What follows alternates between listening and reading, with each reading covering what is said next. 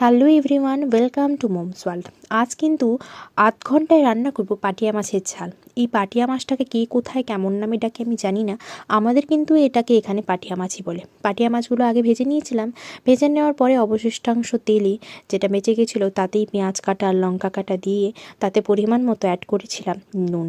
তারপর একটু নেড়ে চেড়ে তাতে অ্যাড করলাম হলুদ গুঁড়ো আর লঙ্কার গুঁড়ো। এর বাইরে কিন্তু আমি আর একটাও মশলা অ্যাড করব না।